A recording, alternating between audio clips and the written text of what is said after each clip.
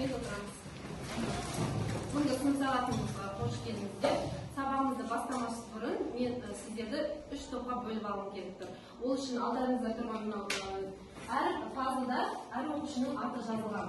Осы пазлды құрастыру арқылы әр оқушы өзінің тобына отырады. Қазір маған тақтаға келіп, әркім өзінің атын тауып, мына пазлды құрастырамыз. Келin.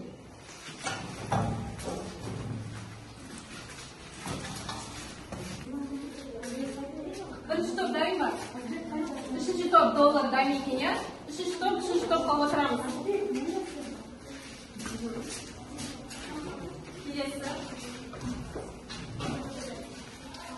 Kelesi rubl. Ikkinchi top bunda o'tiramiz. Birinchi top.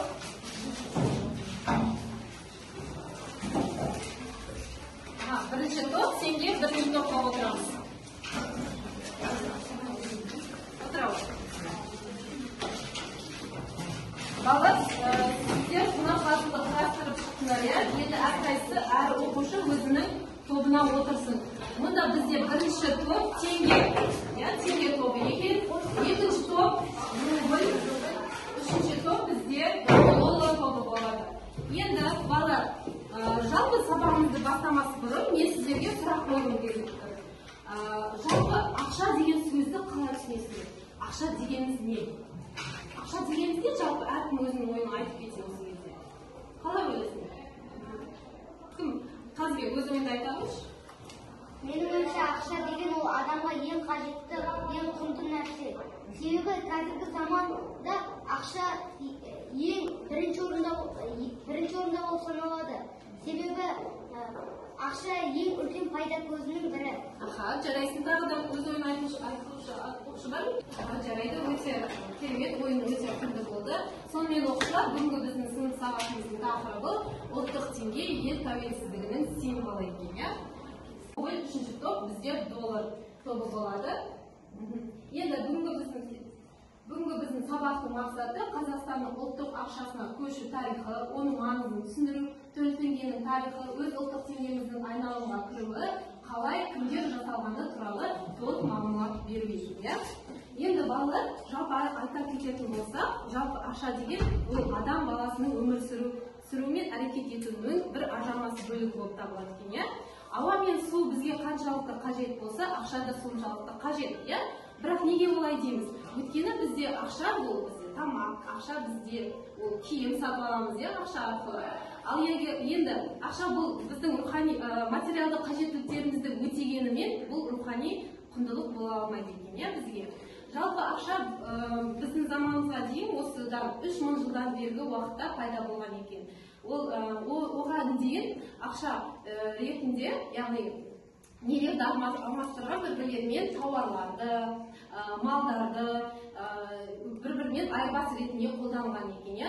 Сосын немесе қызмет түрі қызметпен айырбастаған екен. Ал жалпы қағаз ақша осыдан 1000 жыл бұрын Қытайда ойлап табылған екен.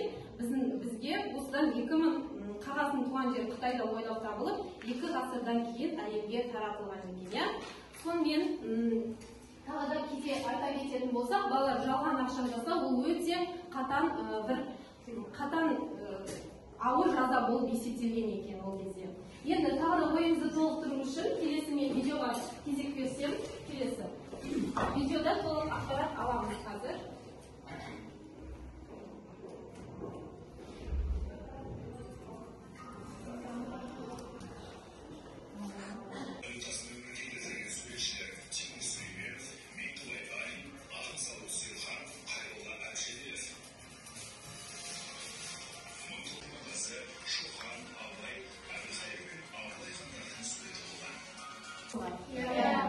Енді қазір мен бірнеше сұрақтар қоямын. Жалпы біздің өзіміздің төл теңгеміз, валютамыз қай жылы құрылған екен? Біз жауап берген оқушыға әр топқа мен мынандай немен бағалап отырамын. Өздерін сабақтың соңында осы теңгеміз қиынды санау арқылы қай топтың жеңіске жеткенін анықтайтын боламыз. Балалар әркім өзінің құнды ақпараттарымен бөліскені үшін әр топқа бір балдан береміз. Енді келесі, тағы да бұл видеода қандай өздерін, не түсінде өздерін ойларында айта кетіңдерші? Көп нәрсе айтылды видеода, я? Жазира. тұлғалардың суреті белгіленген болатын. Және одан кейін заманға сай ақшалар 200 теңгеден 10 000 теңгеге дейін. Енгізілді, жаңа ақшалар пайда болды. Ол жерде не белгіленді ақшаларда? Ол тұлғалардың суреттері бейнеленген болады. Одан кейін ол ауысты ғой, иә? Тұлғаларды алып тастап, жаңа қай жылы еді ол? 2016 жылы, яғни ірі тұлғалардың суреттері бейнеленген жаңа заманауи түрде шығару үшін ол жерде біздің бас қаламыз Астана қаласының ғимараттары белгіленген. Өте керемет, ойлану өте құнды болды. Енді ой бар. Кімдер еді? Тимур Сүлейменов, Орныңыздан тұрып жауап беріңіз. Айрин, Жалил, Тимур Сүлейменов. Иә. Кәміске келіп көріңізші. Өте дұрыс. Теңгенің неше құпия қорғанысы бар? Жамбыл. 2 құпия, 2-ге жуық. Кәм 2-ге жуық па? Жоқ, 16-ға жуық құпия қорғанысы бар. Келесі сұрақ, үшінші топтар. қағаз ақшалар алғаш рет шамамен қаншаншы жыл бұрын және қай жерде ойлап табылды? Алғаш рет шамамен Алғаш рет шамамен айтып кетті. Яғни 1000 жыл бұрын Қытайда ойлап табылды. Кәм, өте дұрыс. Бұрынғы теңгеде кімдер бейнеленген? Арғынұлы, Әл-Фараби, Сағырбайұлы, Абылайхан, Шахануалиханов, Абайұлы. Кәм, жауабыңыз дұрыс екен, көрейік. Жансая оқиғой.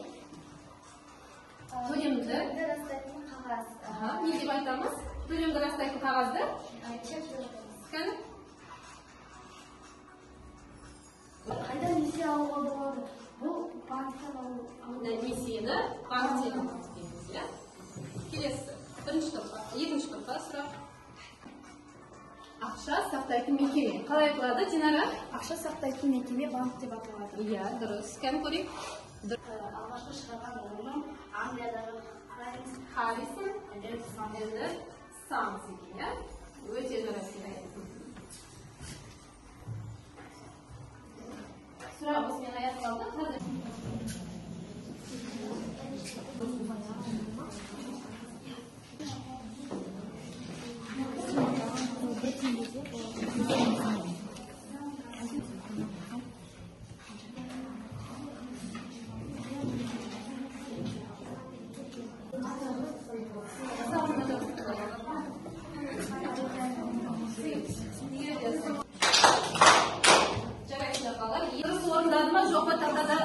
Қазір жауабы тұр. Қарап берейік. Дұрыс болса, дұрыс жауап береміз. Үшінші топтың жұмысы өте жақсы, себебі бұл жердегі ұлттық валютадағы қасиеті дұрыс орналасқан. Біз бірінші жұмысын бағаладық. Яғни бұл жерде Қанша қате бар ма? 4 қате бар. Екінші топта ұлттық валюталар бүкілі дұрыс бейнеленген. Барлығы дұрыс бейнеленген, иә? Не екенін білеміз, иә? Қандай? Өзіміздің ұлттық валютамыз бейнеленген. Ал енді әр ұлттың өзінің валютасы бар. Атауларын білеміз бе? Жоқ па? Қазір келесі тапсырмада білетін боламыз. Келесі тапсырма бізде тапсырмамыз төменде аталған елдердің валюта аталарын жазыңыздар дейді. Неде мұнда әр елдің валютасы берілген, осы әр топтан бір оқушыдан шығып, осы валюталарды мерейтолардың қасына қоясыңдар.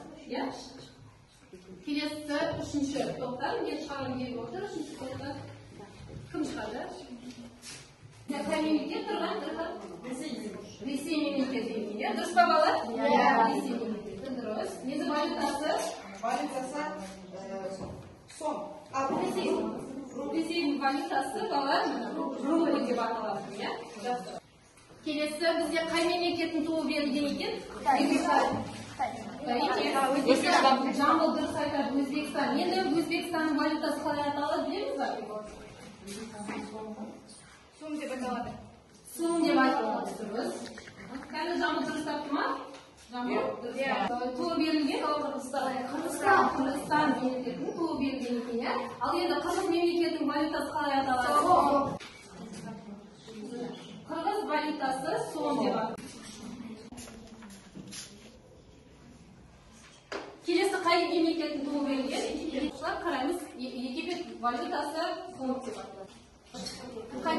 еді? Бірінші топ. Қазыбек, қай мемлекеттің туы берілген? Германия. Германия, браво онда. Валютасы қалай аталады? Евро деп аталады. Евро деп аталады. Міне балалар, Германия валютасы евро деп аталады. Жақсы. Үндістан валютасы қалай аталады? Рупи. Дұрыс келе қойды, да? Оқушылар қараймыз, түрік валютасы лира екен, иә? Аяжан, браво. ақш мемлекеті, Америка құрама штаттары валютасы қалай аталады? Доллар деп аталады. Бізде соңғы қалады. Бірінші мақалды кім жалғастырады? Бірінші топ. Ақша тиыннан өсер, жылқы құлыннан өсер. Ақша тиыннан өсер, жылқы құлыннан өсер. Дұрыс па? Жарайсың, дұрыс. Келесі. Үшінші. алтын десең ақша. Келесі бірінші топ. Білмейміздер жоқ, онда екінші топқа берді, иә? Ақша кетуге тырысады, есеп ұстауға тырысады. Жақсы, дұрыс. Келесі. Ақша ашпайтын есік жоқ. Ақша ашпайтын құлып жоқ. Құлып жоқ. Дұрыс жауабы ақша ашпайтын құлысы. Келесі 8. Саян, түсіндік. Осы сабақтың жалпы не түсіндіңдер? Қандай мәлімет алдыңдар, өздеріне құнды ақпарат, сабақ сендерге пайдалы болды ма, жоқ па? Барлығын осы стикерге жабыстырып, біздің ыңғайкер байланыс тақтасына жабыстырып өтіңдер. Ұлттық, яғни өзге мемлекеттердің ұлттық валюталары қандай болатын? Және өз мемлекетіміздің сабақта Өзбекстан, Қазақстанның басқа да елдердің Өзге елдерінде ұлттық валюталардың атауларын және олардың бейнелерін білдіргенде Қазақстанның ұлттық валюталарының қай жылы шығарылғанын және онда кімдер бейнелерін біліп мақал мәтелдерін жауап табады. Өте жарайсың. Белгіленгені, және де олар қанша ақшада белгіленгенін жайлы білдірді. Жарайсың. Нұрбек өз ойында айта қойшы. Тақтаға ашады. Аян сөйлейді ма? Сөйлей ойайды.